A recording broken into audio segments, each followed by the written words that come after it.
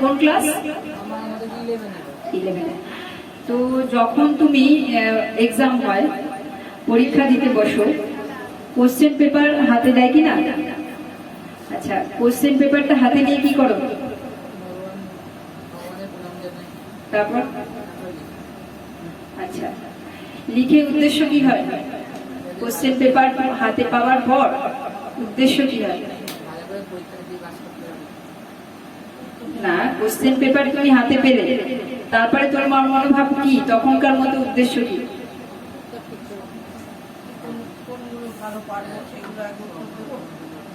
ছোট প্রভু আরেকজন কি উদ্দেশ্য তখন? কোশ্চেন পেপার হাতে পাওয়ার পর তুমি কি করবে?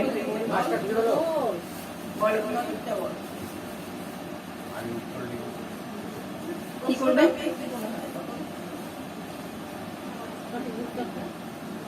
তোমার যেটা মনে হয় তুমি তখনকার মতো, এখন ধরো তোমাকে কোশ্চেন পেপার দেওয়া হয়েছে পরীক্ষার হলে, তো তুমি এখন কি করবে?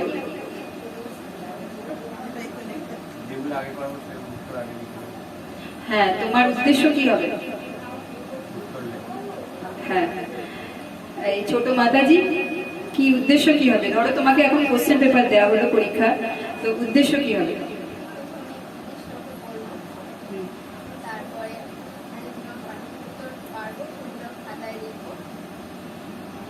লিখে জমা দিতে হবে। তো কোশ্চেন পেপার পাওয়ার পর আমাদের উদ্দেশ্য আমরা কত তাড়াতাড়ি উত্তর লিখে কত তাড়াতাড়ি আমরা জমা দেব, তাই তো?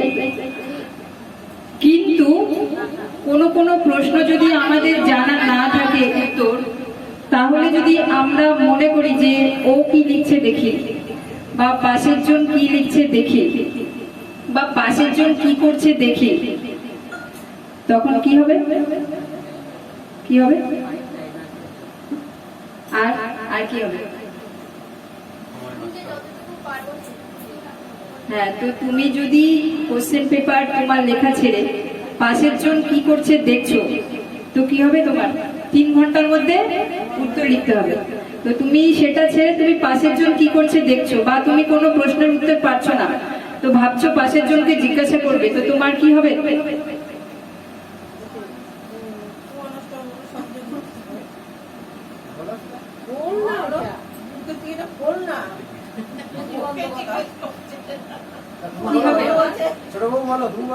বলো, উত্তর দাও।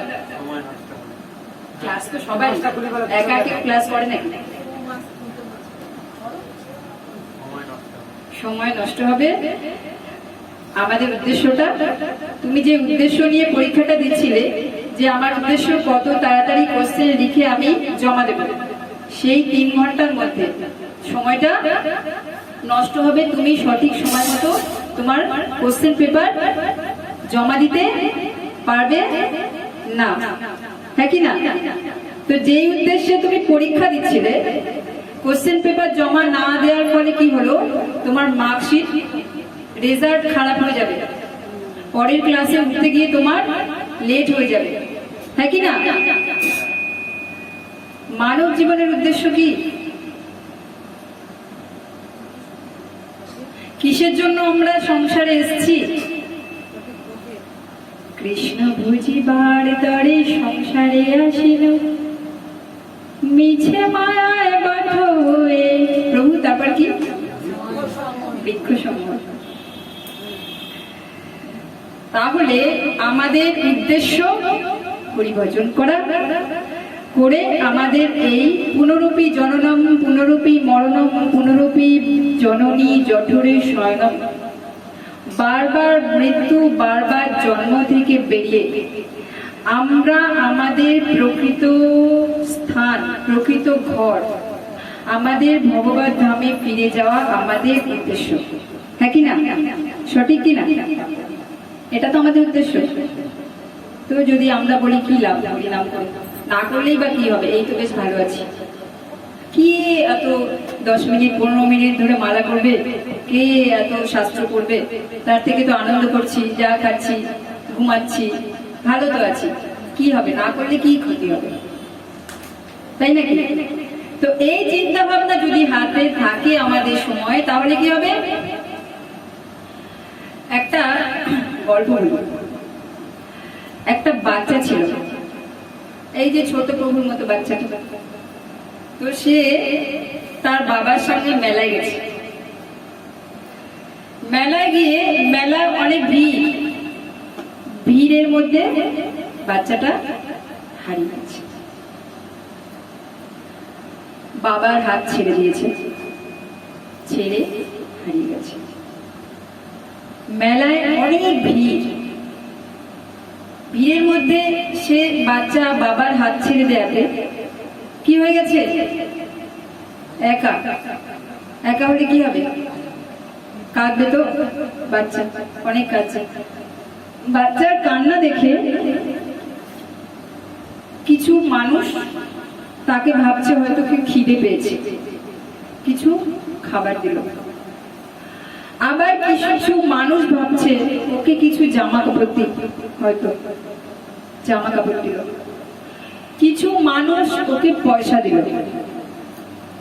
খাবার, জামা কাপড়, পয়সা দেবার পরও বাচ্চাটার কান্না থামছে। তখন একটা মানুষ বুদ্ধিমান ছিল, সে কি করলো? বাচ্চাটার হাত ধরে তাকে পুলিশ স্টেশনে নিয়ে গেল। কোথায় নিয়ে গেল? পুলিশ স্টেশনে। পুলিশ যে অফিসার অনেক সার্চ করলো, বাচ্চাটাকে জিজ্ঞাসা করে অনেক খোঁজ খবর নিয়ে দেখলো, দেখে মনে হচ্ছে বাচ্চাটা অনেক বড় ফ্যামিলির বাচ্চা। তো সেই জন্য অফিসার অনেক খুঁজে তার বাচ্চাটার বাবাকে বাচ্চার কাছে এনে দিল। যখন এনে দিল, বাচ্চাটার কান্না থেমে গেল। তাহলে বাচ্চাটার অ্যাকচুয়ালি কি প্রয়োজন ছিল? বাবা।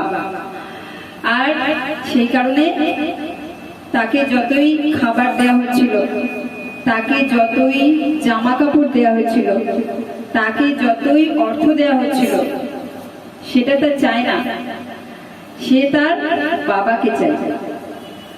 তো যখন বাবাকে পেল, বাচ্চার কান্না থামলো কি না? আমরা এই মৃত্যু লোক, এটা মৃত্যু লোক, কারণ মানুষ এখানে মরণশীল, মরতে আসে। এই মৃত্যু লোকের ভিড়ে আমরা হারিয়ে গেছি।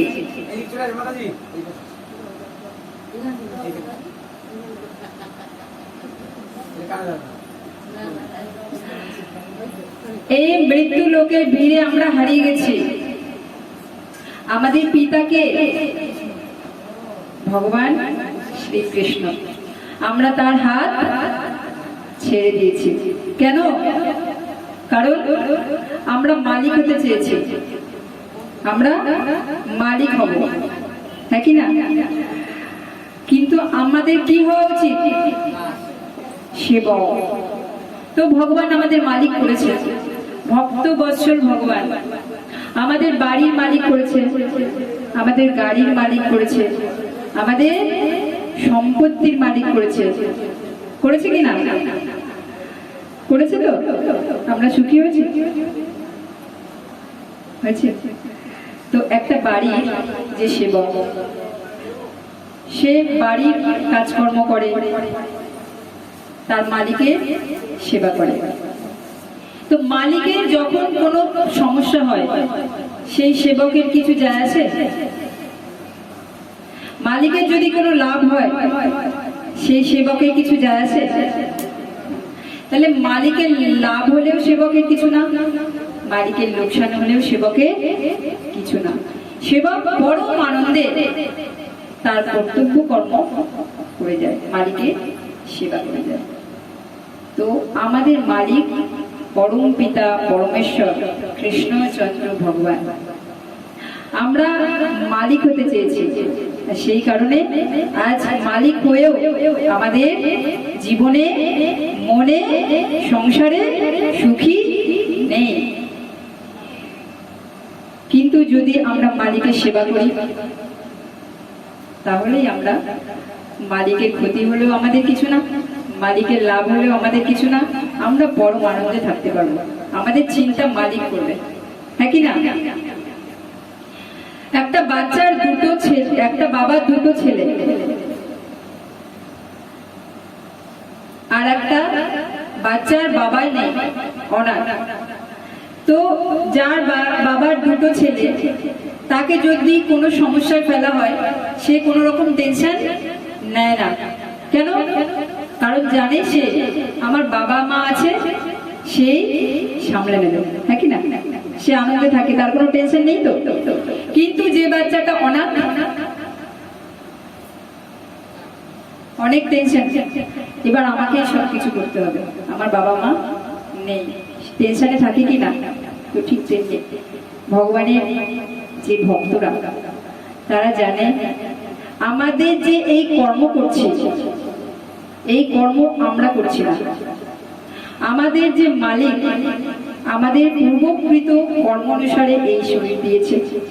আমাদের সমস্ত ভরণ পোষণ, জীবন যাপন, আমাদের জীবনে যা যা ঘটছে তার মালিক সে, আমাদের কোনো চিন্তা নেই।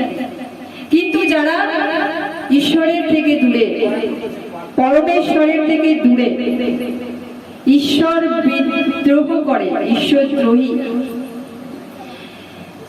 নাস্তিক, তাদের কত টেনশন। আমি ছাড়া সংসার চলবে না, আমাকে এত প্রপার্টি করতে হবে, তার জন্য আমাকে দিন রাত একত্র করে কাজ করতে হবে, হ্যাঁ কি না? না খাবারের ঠিক আছে, না ঘুমানোর ঠিক আছে, অনিয়মিত জীবনযাপন, তার ফলে আয়ু হ্রাস হচ্ছে, হ্যাঁ কি না? এখনকার মানুষ 45, 50, 55, ঠিক আছে কিছু? কেন?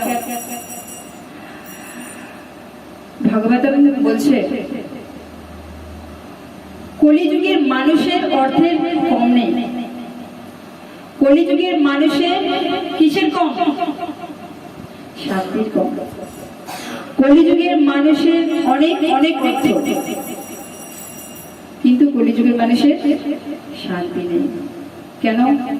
ভগবানের থেকে দূরে, ঈশ্বর থেকে দূরে, ধর্ম থেকে দূরে। আর যে যত ধর্ম থেকে দূরে থাকবে সে তত অনিয়মিত জীবনযাত্রা পালন করবে, কারণ নিজেকে মালিক বলে মনে করবে। আর যখনই নিজেকে মালিক বলে মনে করবে, তার শরীর যাত্রা, তার জীবন যাত্রা, তার সংসার যাত্রা নিজের মতো চালানোর চেষ্টা করবে। তার ফলে অনিয়মিত জীবনযাপন, অন্যের ওপর অতিরিক্ত নির্ভরশীলতা, উচ্ছৃঙ্খল জীবনযাপন এফেক্ট তার শরীরে, ফলে তার আয়ু কম। কলিযুগের মানুষের আয়ু কম, বুদ্ধি কমের কারণ ধর্ম থেকে দূরে। তাই আমরা যতক্ষণ এই ব্রহ্মাণ্ডে, বিশ্ব ব্রহ্মাণ্ডে ভ্রমণ করব সেই বাচ্চাটার মতো, আমাদের পিতার হাত ছেড়ে দিয়ে আমরা এভাবেই ঘুরে যাব। আমরা যত অর্থ ইনকাম করি, যত বড়ই হই না কেন, আমরা এভাবেই ঘুরে যাব। ঘুরতে ঘুরতে ঘুরতে ঘুরতে কোনো এক সময় মৃত্যু এসে উপস্থিত হবে, হবে কি না? কে চায় না মরতে? কেউ মরতে চায় না। চায় কি? কে বৃদ্ধ হতে চায়? কে চায়? কেউ চায়? কেউ জড়া হতে চায়, মানে কে চায় আমি অসুস্থ হয়ে যাই, আমার করোনা হয়ে যাক? কেউ চায়? কিন্তু ওই যে আমরা যখন বিগ বাজার মার্কেটিং করতে যাই, একটার সঙ্গে buy one get one free দেয়, তো দেখি না? হ্যাঁ দেখেছেন, আপনারা দেখেছেন তো। তেমনি এই তিনটে ফ্রি হয়ে যায় কখন? যখন আমরা মাতৃ গর্ভে আসি। যখনই আমরা মাতৃ গর্ভে আসি অটোমেটিকলি এই তিনটে আমাদের জন্য ফ্রি। জন্ম মৃত্যু জরা ব্যাধি দুঃখ দর্শন ও দর্শনম, ভগবত গীতায় ভগবান বলছেন জন্ম মৃত্যু জরা ব্যাধি দুঃখের।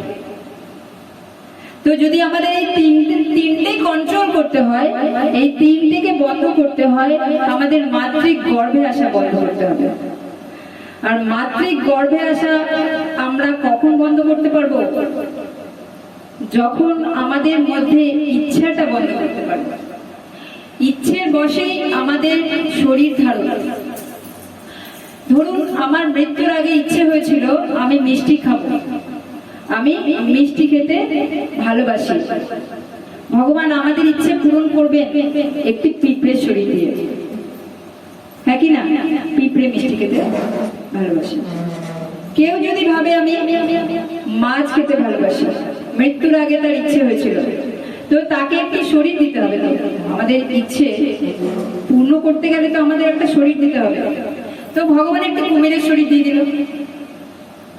কারো যদি ইচ্ছে হয় আমি মাংস খাবো, মাংস খেতে ভালোবাসবো, ইচ্ছে আমার মাংস খাওয়া হলো না, তার আগে মৃত্যু চলে এলো, তো একটি বাঘের শরীর দিয়ে দেবে, একটি সিংহের শরীর দিয়ে দেবে। কেউ যদি মৃত্যুর সময় ভাবে ইস আমি সারা জীবন এত কষ্ট করে ইনকাম করলাম, আমার ছেলে মেয়েরা আমাকে দেখলো না, অথচ এই সম্পত্তি তারাই ভোগ করবে, এই চিন্তা করতে করতে মৃত্যু হলে পরবর্তী জন্ম কি হবে? সাপ। কারণ সাপ একমাত্র জানে পৃথিবীতে কত কোথায় সম্পত্তি আছে। এই চিন্তা করতে করতে মরবে, আমার ছেলেটা এলো না, আমার মেয়েটা এলো না, ভয়ে মৃত্যু যন্ত্রণায় ছটফট করতে করতে তার স্ত্রীকে ডাকবে, তার পুত্রকে ডাকবে, তার কন্যাকে ডাকবে। পরবর্তী জন্মে হবে কুকুর শুকুর। আমি বলছি না, শাস্ত্র বলছি। তো মৃত্যুর সময় আমরা যেই চিন্তা করতে করতে দেহত্যাগ করবো, পরবর্তী জন্ম আমাদের ঠিক তেমনি হবে। কিন্তু মৃত্যুর সময় কি হয়? 1000 বিছে কামড় দিলে যে কষ্ট হয়, তেমনি আমাদের মৃত্যু যন্ত্রণা। তো ওই মৃত্যু যন্ত্রণার সময় অত কষ্টের মাঝে আমরা ভীত হয়ে স্বাভাবিকভাবেই আমাদের প্রিয়জনকে ডাকবো, ডাকবো কি না? কিন্তু প্রিয়জনের ডাকার ফল তো শাস্ত্রে এই বলছে। তাহলে কি করব? যদি আমরা মৃত্যুর সময় ভগবানের কথা চিন্তা করতে পারি, তাহলে আমাদের ভগবত ধাম নিশ্চিত, আমাদের আর পুনর্জন্ম হবে না। কিন্তু ওই কষ্টে ভগবানের কথা তো আসবে না। আসবে কি? সেই মৃত্যুর সময় ভগবানের কথা কাদের আসবে? যারা সারা জীবন ভগবানের চিন্তা করবে, তারাই ওই সময় গিয়ে ভগবানকে স্মরণ করতে পারবে। তাই আমাদের সমস্যা অন্য কেউ নয়। আত্মীয় স্বজন কষ্ট দিচ্ছে, বন্ধু বান্ধব কষ্ট দিচ্ছে, সন্তান কষ্ট দিচ্ছে, স্বামী কষ্ট দিচ্ছে, স্ত্রী কষ্ট দিচ্ছে। আমাদের সমস্যা এরা নয়, আমাদের সমস্যা এই শরীর। যতক্ষণ আমাদের এই শরীর থাকবে ততক্ষণ আমরা এই বিশ্ব ব্রহ্মাণ্ডে ভ্রমণ করব। কখনো জলজ প্রাণী 11 লক্ষ 9 লক্ষ, কখনো উদ্ভিদ, কখনো চারপা পশু, কখনো পাখি, কখনো ব্যাকটেরিয়া।